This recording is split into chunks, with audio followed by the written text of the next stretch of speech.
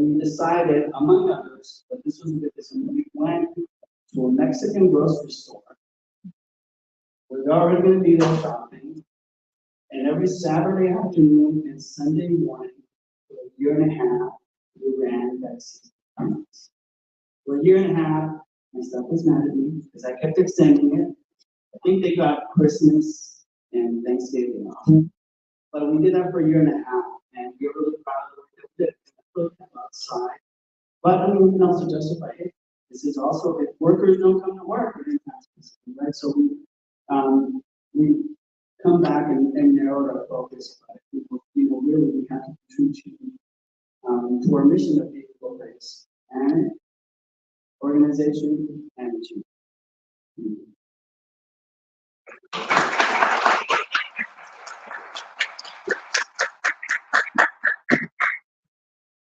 Hello, everyone.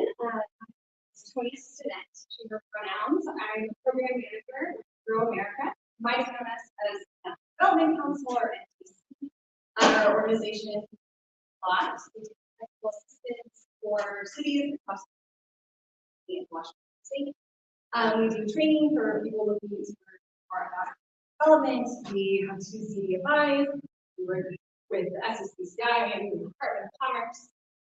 We have programs and folks focused on affordable housing and as well as private partnerships. So my colleague Melissa and I have a table immediately located by the food. If you want to swing by these types of tote bags, they're notebooks, they're going fast, and we'd love to talk to you more about our organization. But today I am here to talk to you about the Business Community Ownership Fund. There are some postcards that I thought was helpful by putting on the chairs. It looks like I reserved some seats. There's some postcards as well with more information. The BCO Fund is in partnership with Grow America and Seattle's Office of Development. It is a program that is the new investment model focused on ownership of communities. The aim of this program is to address the national displacement.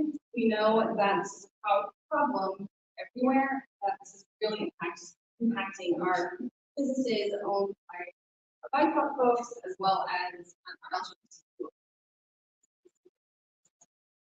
So this program empowers small businesses with long-term space they are all rooted in, or by helping them return to areas where they've displaced from. This talk is about strategies. We're hoping that this can be one strategy for the university. This is a great video that is too long today, but you can scan that QR code. It is also on the QR code on this postcard. This will be up on the swap card. Susie, I see you there. I mentioned the swap card. This will be up on the swap card. You can click on the link as well. You might accidentally. So how the fund works. So the BCO fund has 3 sources. First is Seattle, Grow America, and then any that creates the BCO. We work with a business owner or, as we see this graphic, multiple business owners, depending on the space, to create a real estate partnership or an LLC. The partnership then buys that commercial space in a mixed-use building that is ideal for that business. Again, focus on keeping that rooted in their community, their home, their neighborhood where they already are, or where they were displaced from. And the business then leases that space from the LLC, keeping that rent stable, either at or slightly below market rates. And it's going to be stable long term. There's a 30-year covenant on that space from the city of Seattle. So this is confidence in space that is also nice, stable for the rent. Grow America does stay involved, as you can see that yellow there. We are a managing member of the LLC. That means that we'll be involved in any required tenant improvements and we help them that needs to be made. Benefits to the business owner, most obvious, and the first one is that ownership and that stability and that confidence in the neighborhood and the community they want to be for an extent. Other benefits, they now have this community of support from other business owners that are also in the LLC or within their community. They also do have access to tools and resources I mentioned that Grow America has CDFI. They do provide financing as well. So this is really capital.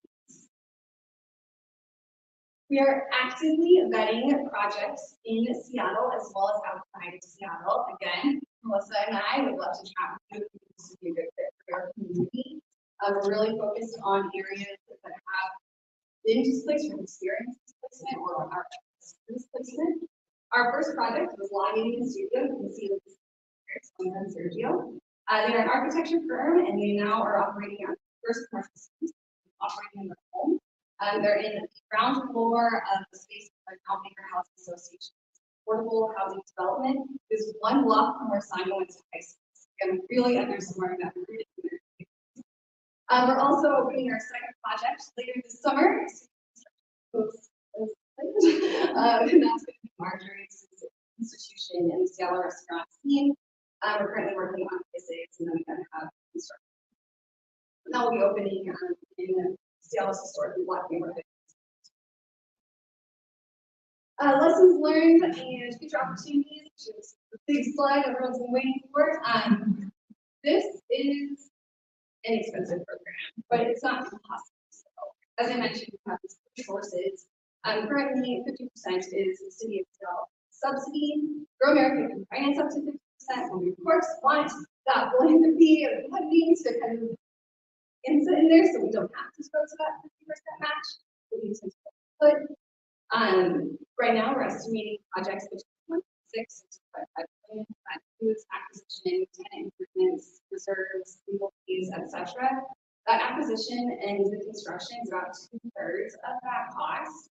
In cities where acquisition isn't the same as it is in Seattle, which is every other city, it's not going to be that expensive. So that is something to consider. The other piece of cost with keeping rents affordable, we have similar issues with housing that we can really only borrow to a certain amount within the max.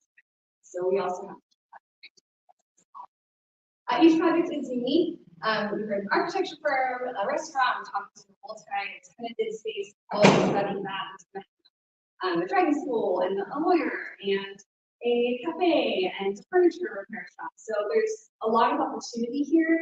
The uniqueness of the projects is both a challenge and an opportunity. It is still in its pilot phase. This is a great way to learn what really works, but also we recognize that not everything is going to be timing is key. 2 pieces on that. The earlier that we can get in, the less expensive that costs. Come in when it's still very much under construction, and we know a restaurant's going to go there. If the building is finished, we need to do our PCA or condition assessment beforehand. So that really is very important to the other piece of timing is taking a little bit longer than we had anticipated to close the project. We're still brainstorming ways that we can expedite that going forward.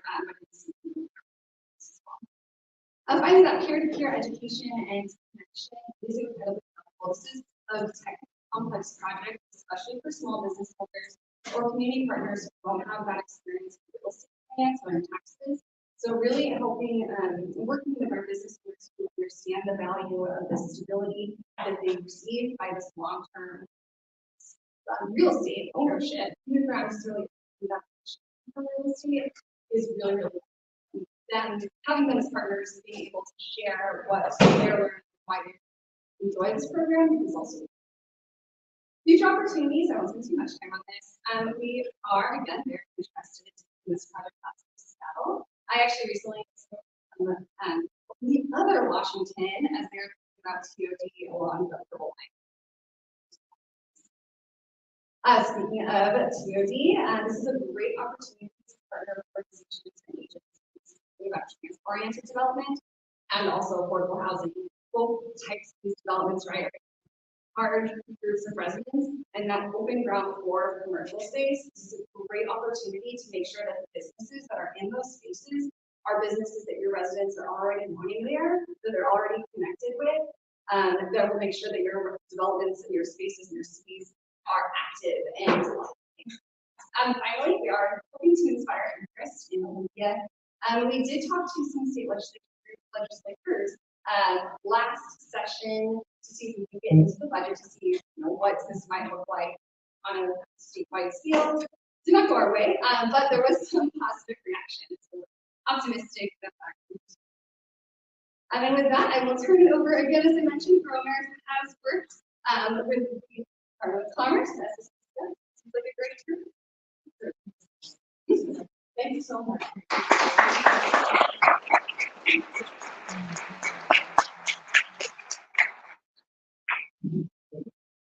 So it looks like time is running out fast. So what I will do is cover the main points. But again, you're probably wondering, what is Washington State Commerce doing to ensure equitable access to, since the 1930s, our factors for lending hasn't changed. So this is going to be a little short quiz. What are the 4 C's that most banks use to qualify small businesses or commercial line of credit? I'll start with 1. It starts with a C, A. Close. Yeah, that's right. You need capital. Next, capacity, collateral, and emergency market. So when you take all that into factor and try to support small business, as you know, most under-resourced or underbanked communities never have the opportunity to build collateral. 160 years. So the goal of Commerce is to partner with other private and federal programs like the U.S. Treasury to be able to develop products. Now it's going to be very clear. If you have fantastic credit, you can go to the bank. But the programs that I will talk about now, and there's more information that I will have.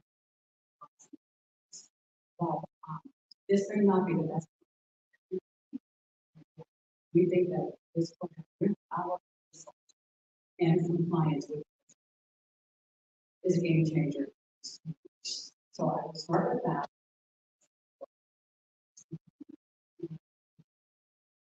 On basis. At the end, I will make sure that all the slides. So again, Commerce, believe it or not, there is over 300 programs. So the types of programs that we support the community are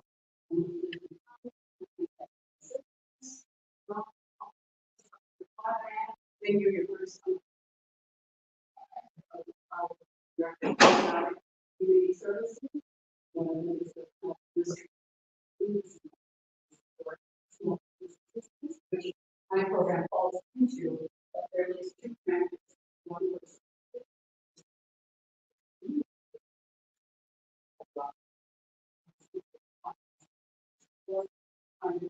safety, energy, and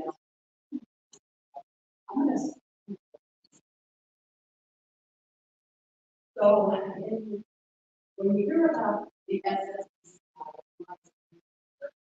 the small business credit is a $2 million. Our state through a process was awarded $160 million.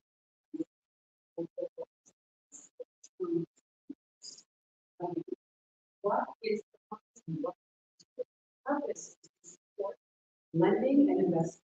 The goal of the state initiative is to address the needs of the smallest businesses. I'm going to go very end, nonprofits, organizations.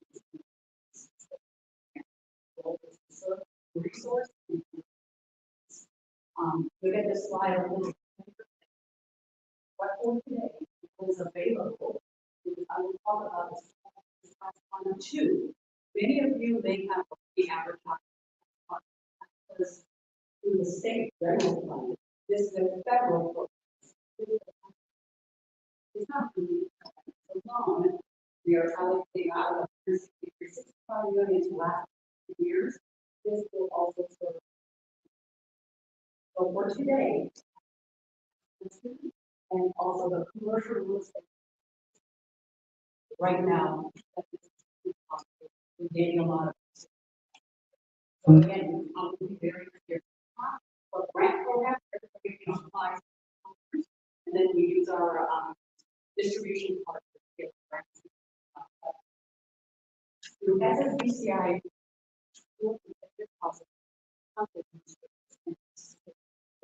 we participate with us so that the business will directly to their level. All that. So again, they're like, call commerce. We do. We can get to them. But really, we want to connect directly with our clients. Goal. We implement all the policy, we make all the decisions on behalf of the business. We do all the contracting. We ensure compliance with the guidelines. We do all the annual treasury and all. Fund administrators, they do the day operations,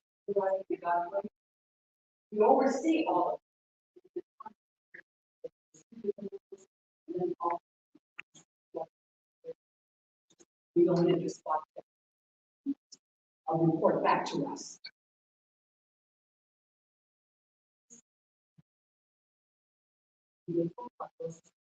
That's not going to go.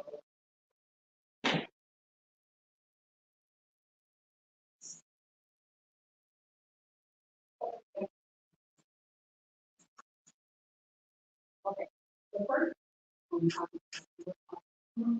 now we be very careful on these. It's not passive.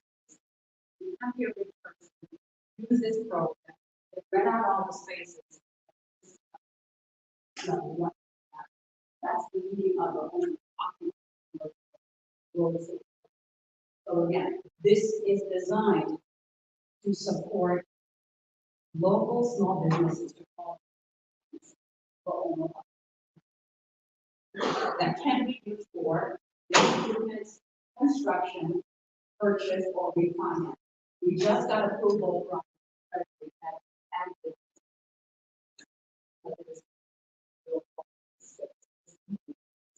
so I know that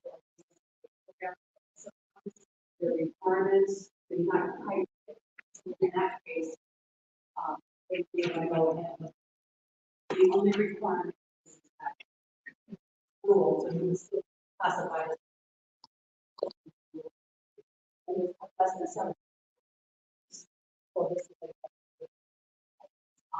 the term is 10 years, and for again, a program owners by knowing that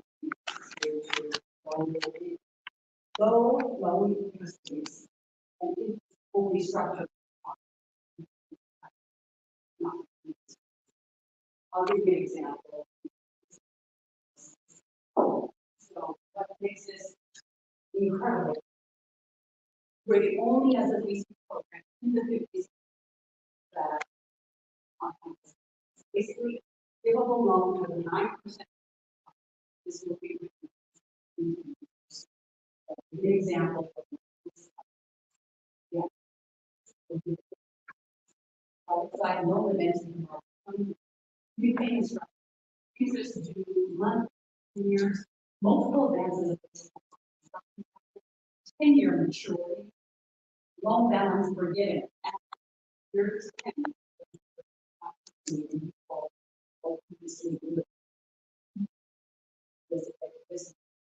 So, and pricing 1% fixed annual percentage of there's no loan qualifying businesses as employees.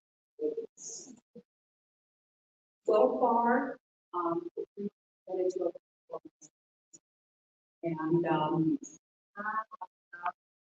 well, active that's going forward because they never had a chance. The 9 this is the reason. This is good. Now, however, okay, now this program is a closed program.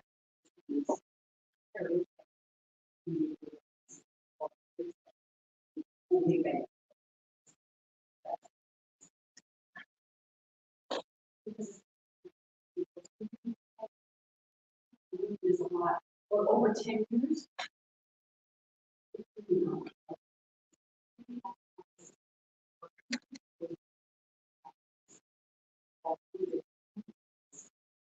and we use it as a so, yeah, all of it. So this is just an example. Example deal. Again, some of the specific factors and differences. There was so many people.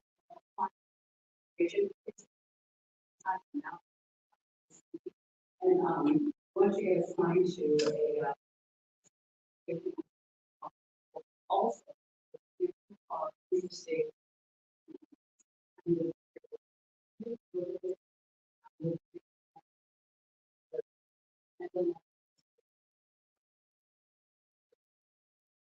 detail. So again, say that the whole topic is plus you need to disrupt and or make improvements to your say so the whole topic. We're going to talk some of the cost. So we're going to 1,000. 9% of the and this is companion loan doesn't mean you have to bring somebody else. Companion loan, this is just a so at the end, this is how it will broke with 180,000. That will be so that's in essence how I was thinking and we guys okay. Flex fund 2. What people say, well, what makes this program so great? Why is it not better than other programs out there? Maybe there are, but this is just one that's a this is like that need to scale after they receive their grant money.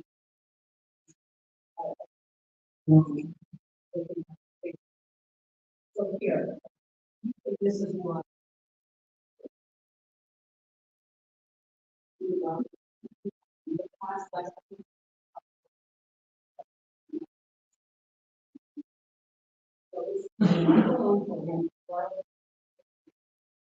now this one I get screwed out once in a while.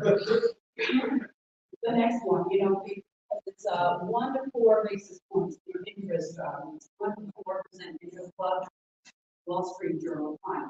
I understand the 9.5. This you can't exceed 12.5%.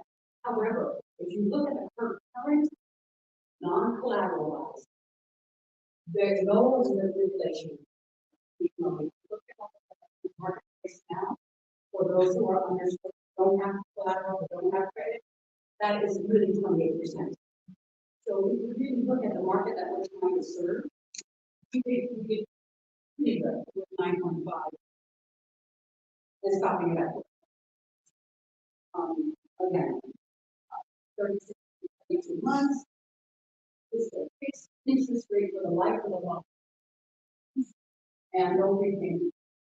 Again, we just want to be clear. This is not a loan. It's a loan.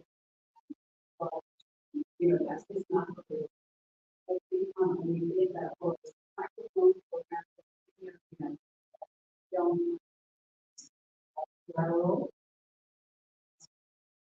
The economy. You're not going to say.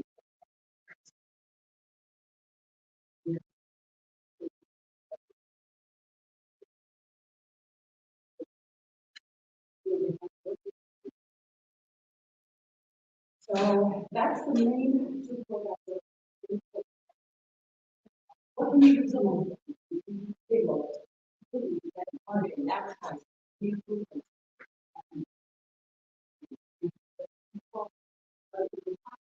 Not big, even medium. As long as it's 5 million or less, you will be able to apply. Again, 163 million. They still have a lot of money. You open it up to everybody. Resources.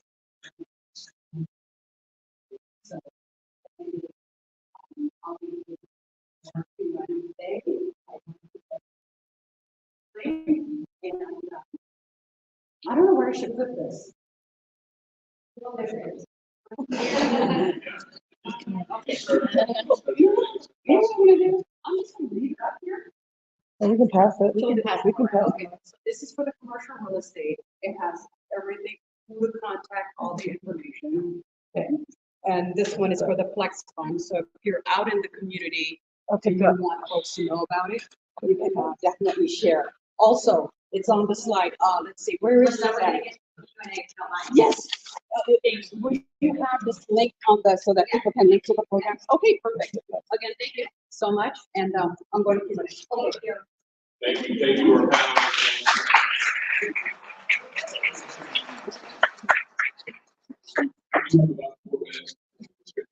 So, I've got a question for the minute if we're going to get good attendance here. So, if anybody in the audience has a question, please stand up.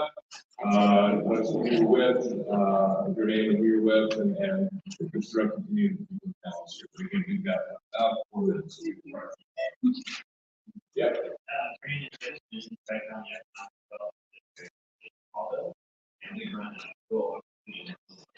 One of the big issues we have is so I know you have there, but any research for our businesses, all we have, we have a lot of small businesses that have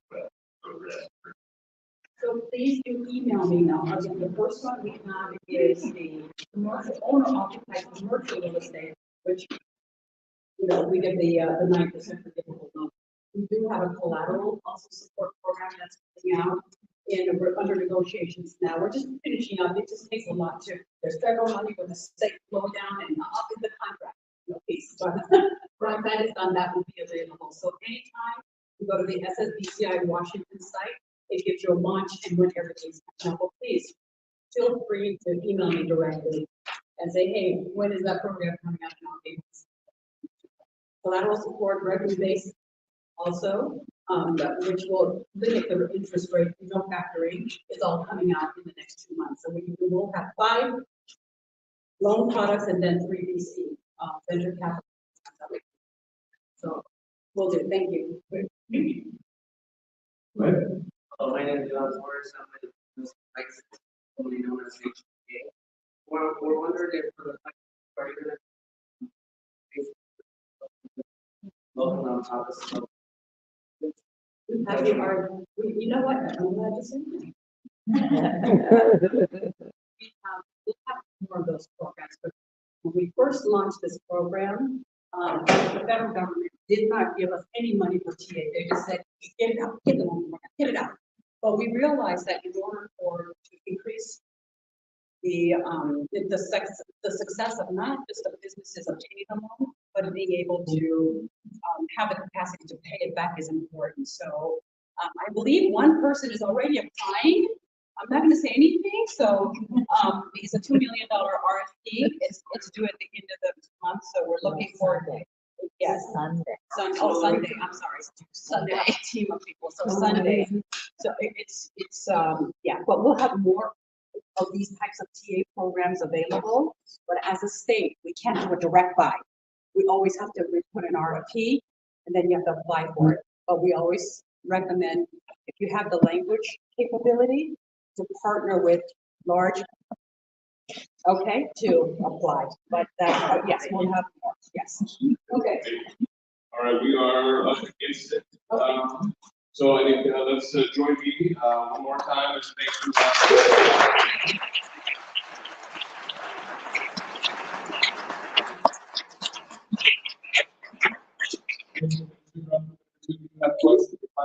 Contact information. This is Walk Hard.